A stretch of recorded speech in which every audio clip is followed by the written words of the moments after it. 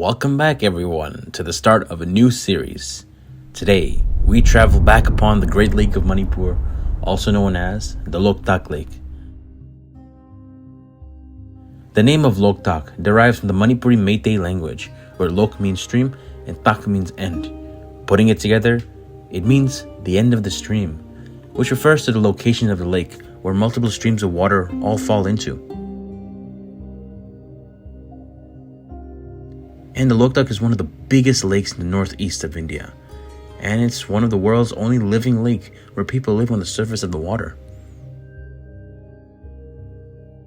Most of the lake is comprised of large green biomasses filled with tons of organic matter and material called fumdis.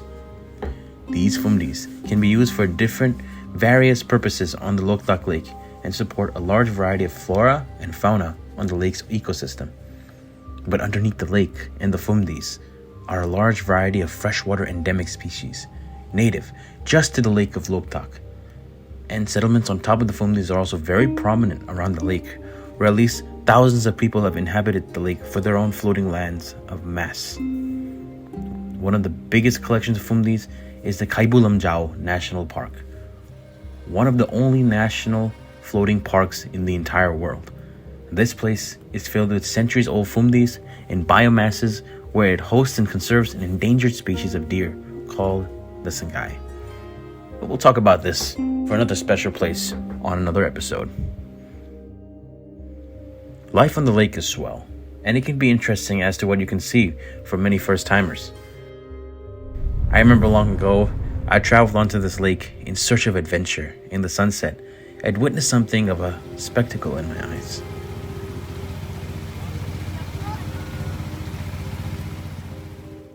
It was something beautiful.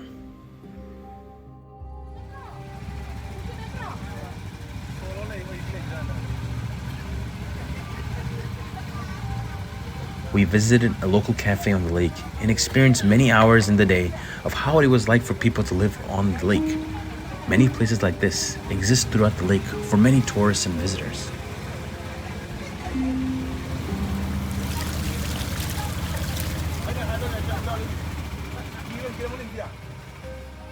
And I highly encourage anyone watching this to please keep the Loktak Lake as the first place off your bucket list when visiting Manipur. It is said that somewhere around 35 million years ago, the geography of Manipur was developing due to the movement of India's tectonic plates up into the Himalayas during Earth's late prehistoric Eocene period. This then naturally formed the geography and essence of the Loktak Lake due to the formation of river streams throughout the land of Manipur.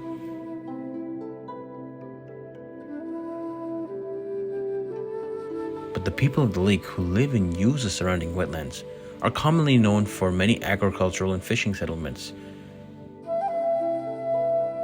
Because of the surplus organic material, it's common for people to produce plenty of crops and food year-long. Like if you look closely here, many circular shapes on the lake are actually fishing farms for people to breed more fishes, which is one of the staple foods of Manipur. And with this intact, there's a long history of trading and commerce across the lake and district.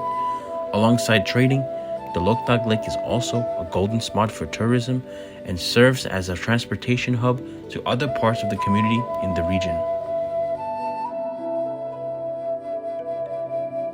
In fact, unlike the majority of people who use common day-to-day automobiles, all travel in the lake are used by canoes and modern boats, like these people over here who are actually traveling to a wedding right now. The Loktak Lake contains many floating huts and crafted buildings throughout the waters using nothing but bamboo and thatch. Huts and houses like these on the lake provide similar amenities as to people who live on the ground, but it's quite limited here as most of the lake doesn't have much electricity nor other modern amenities, but is only possible due to the presence of fumdis and the surplus natural resources around the areas. We got a chance to stand upon one of these huts, which is a motel on a lake used by many tourists. The people of this place said that many tourists who stayed at their motel experienced an experience unlike any other. They got the chance to live and breathe like the people of the Loktak. After the visit, we came across two main islands on the lake called Tanga and Karang. These two islands are villages to the local livelihood of the lake. Karang embodies a popular tourist attraction of the lake for many visitors to see.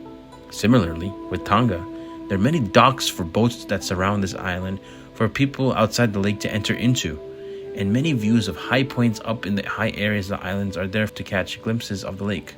There's also another place called Sendra, where we got this beautiful picture and view of the entire lake.